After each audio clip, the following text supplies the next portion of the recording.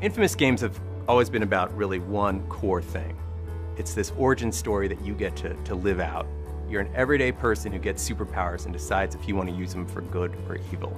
Infamous Second Son is the story of Delson Rowe. Delson is a 20-something Seattle kid who develops superhuman abilities. And he deals with how society is treating anybody with superhuman abilities. It's a situation where this group of Homeland Security type people, we call them the Department of Unified Protection, swarm into the city to eradicate all of the superhumans that are there.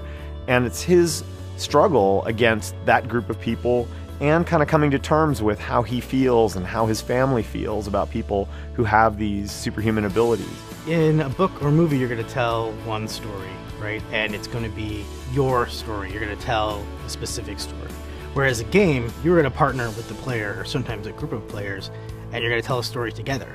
And you're going to tell parts of the story, and they're going to tell parts of the story, and they're much more invested, they're much more engaged with the story that you're telling because they're participating in it. And the controller is the interface that the player uses.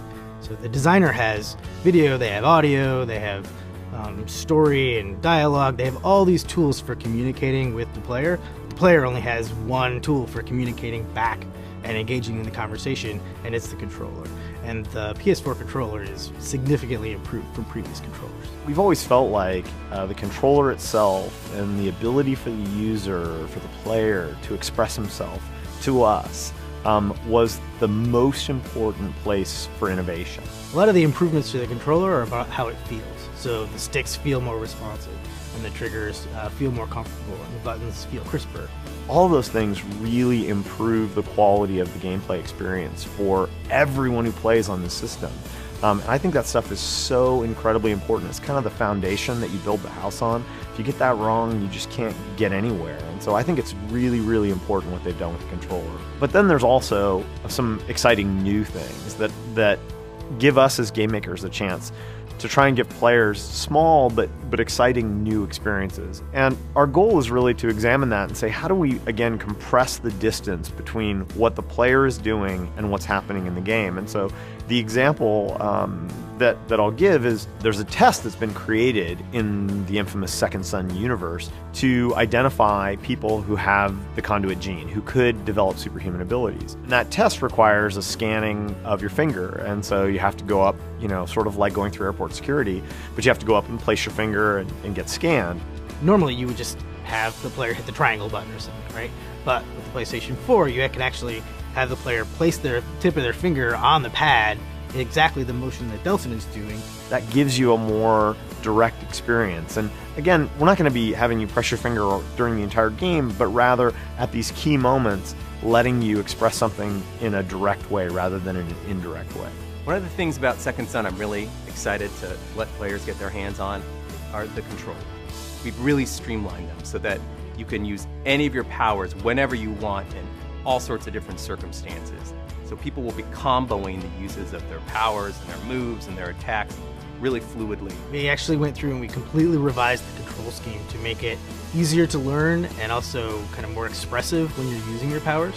In order to be a frontline next-gen game, you have to be next-gen on a bunch of axes, right? You have to, the first thing everybody looks at and thinks about is visual fidelity, and certainly that's an important part of it. And I think the thing that's so next-gen about this game is that all the next-gen things are kind of under the hood. You're not sitting there staring at a normal map. You're not sitting there staring at an amazing particle effect. No, you're looking at puddles, you're looking at rain, you're looking at a real building in front of you. It's also important that your AI and your particle systems and everything else have been stepped up. Our sound is all high dynamic range this time.